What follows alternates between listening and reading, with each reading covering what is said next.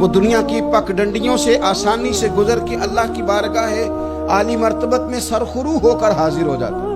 لیکن اگر بے حوصلہ ہو، صبر نہ ہو، پھر نقصان روز بروز بڑھتا ہے۔ اور پھر میرے رسول پاک صلی اللہ تعالی علیہ وسلم ارشاد فرماتے ہیں کہ اصل بات یہ ہے کہ اللہ تعالیٰ نہ کسی بندے کا درجہ بلند کرنے کا ارادہ فرماتا ہے، لیکن اس کے اعمال اس طرح کے نہیں ہوتے کہ اس کا درجہ بلند کیا جائے۔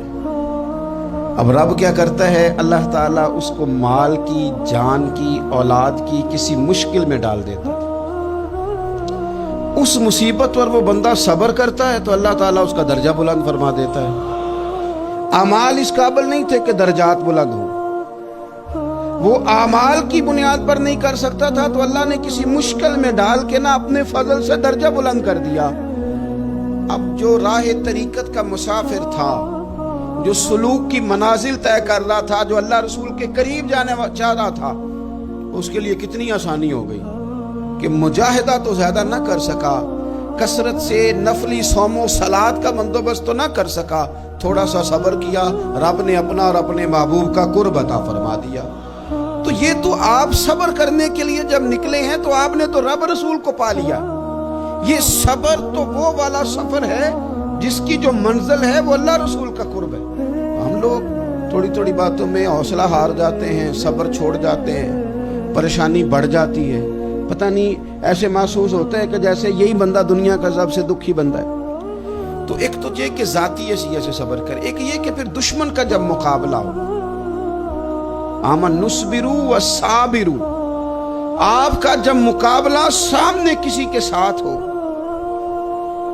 تو پھر تیر، تلواریں، اسلحہ، بندوقیں یہ نہیں زیادہ لڑتی، میدانوں میں حوصلے لڑتے ہیں، میدانوں میں صبر لڑتا ہے، میدانوں کے اندر توانائیاں لڑتی ہیں۔ میدان کربلا کے اندر کوئی مقابلہ نہیں تھا تیر کا تیر کے ساتھ، تلوار کا تلوار کے ساتھ کوئی مقابلہ نہیں تھا۔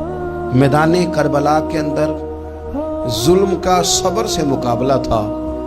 فتح کے ڈنکے یزید نے بجائے تھے، جشن ابن زیاد نے منایا تھا، لیکن قیامت تک اللہ نے جو فتح عطا فرمائی ہے تو وہ حسین ابن علی کے صبر کو عطا فرمائی،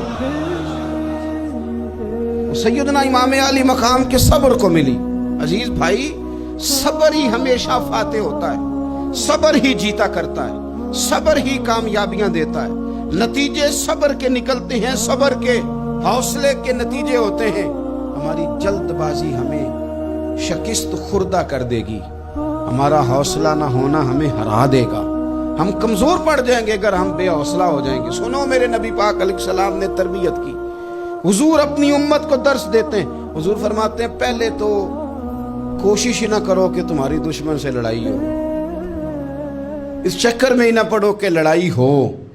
مسلمان امن والے ہیں، یہ پرامن لوگ ہیں، یہ امن پسند ہیں، یہ داعیے امن ہیں، یہ معاشرے میں مومن ہونا امن کی علامت ہے۔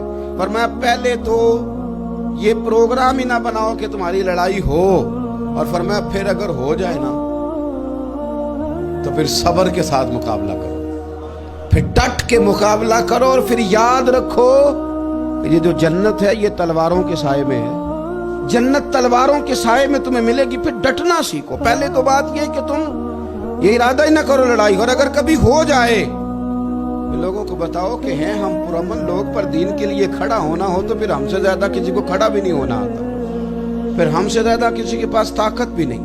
حضرت مولا علی شیر خدا رضی اللہ تعالیٰ عنہ کے زمانے میں کفر کے ساتھ ایک جنگ ہو رہی تھی، تو کافروں نے نا جاسوس بھیجے کہ یار پتہ تو کرو مسلمانوں کی تیاری کس طرح کی ہے۔ تو جاسوس واپس جا کے کہنے لگا سمجھ کوئی نہیں آئی ان کی، وہ تو راہب قسم کے لوگ ہیں، صوفی قسم کے لوگ ہیں، وہ تو کٹے ہوئے دنیا سے، مسلوں پہ بیٹھ جاتے ہیں، رات کو تو لگتا ہے دنیا سے تعلق ہی کوئی نہیں، لیکن سویرے اٹھ کے میدان میں تلوار لے کے نکلتے ہیں تو لگتا ہے ان سے بڑا مجاہد ہی کوئی نہیں۔ یہ عجیب لوگ ہیں کہ رات کو مسلح پہ بیٹھے ہیں تو لگتا ہے کٹ گئے دنیا، یہ صوفی لوگ ہیں، درویش ہیں۔ یہی مسلمان کی شان ہے، ہو ہلکا یاراں تو برے شم کی طرح نرم، رزم حق کو باطل ہو تو فولاد ہے مومن، ادھر آ ستمگر ہنر آزمائے تو تیر آزما۔ ہم جگر آزمائے، ہم تجھے اپنا حوصلہ بتاتے ہیں کتنا، دیکھ ہمارے حوصلے سے ٹکرا کے دیکھ یہ کتنا طاقتور اور مضبوط ہے۔ تو عزیز بھائی، اگر زندگی میں آپ کو صبر کرنا آ گیا، میں بڑے دنوں سے یہ عنوانات بیان کر رہا ہوں، اور آج تو خصوصی طور پر رمضان شریف کے اس جمعے میں اپیل کرنا چاہتا ہوں آپ سے کہ کمزور باتیں کرنی چھوڑ دیں، مایوسی کے جملے اپنی زندگی سے نکال دیں۔ ہم مسلمان ہیں، آپ بیمار ہو گئے ہیں تو یہ بھی خدا کا فضل ہے، گناہ معاف ہوں گے۔ اگر اللہ تعالیٰ نے فقیر بنا دیا، غریبی آ گئی ہے تو یہ بھی فضل ہے، امیروں سے پہلے جنت میں جائیں گے۔ اگر اللہ تبارک و تعالیٰ نے کسی جگہ آپ کو مکان نہیں دیا اور دوسرے کو دے دیا ہے تو آپ وہ لوگ ہیں جو عظیم سنت ادا کر رہے ہیں سیدنا بلال حبشی کی۔ اگر کسی جگہ کوئی کمزوری آ گئی ہے، کوئی پیچھے رہ گئے ہیں تو یہ خدا کا فضل ہے۔ اللہ تعالیٰ نے چاہا ہمارے لیے جو فیصلہ تو ہم اس پہ راضی ہیں، لیکن اپنی زندگی میں اور شکوے اتنے بڑھا لیے، ہم نے اتنے بڑھا لیے کہ لوگوں سے شکوے کرتے کرتے رب رسول سے بھی شروع کر دیے۔ غلام بھی کبھی شکوہ کرتا ہے، آقا کا بھی شکوہ ہوتا ہے، بندہ بھی کبھی شکوہ کرتا ہے، رب کا بھی شکوہ ہوتا ہے، یہ بھی کبھی ہوتا ہے۔ آپ نہ مانے پر یہ شکوہ ہے کہ میں بڑے ڈاکٹروں کے پاس گیا ہوں، آرام نہیں آیا۔ نہ مانے پر یہ شکوہ ہے میں نے کبھی کسی کو ستایا تو نہیں پر میرے حالات نہیں ٹھیک ہوتے۔ آپ نہ مانے پر یہ شکوہ ہے کہ فلانے کے پاس دولت زیادہ ہے، اس نے پتہ نہیں وہ آگے نکل گیا اور میں پیچھے رہ گیا۔ نہ مانے پر یہ شکوہ ہے۔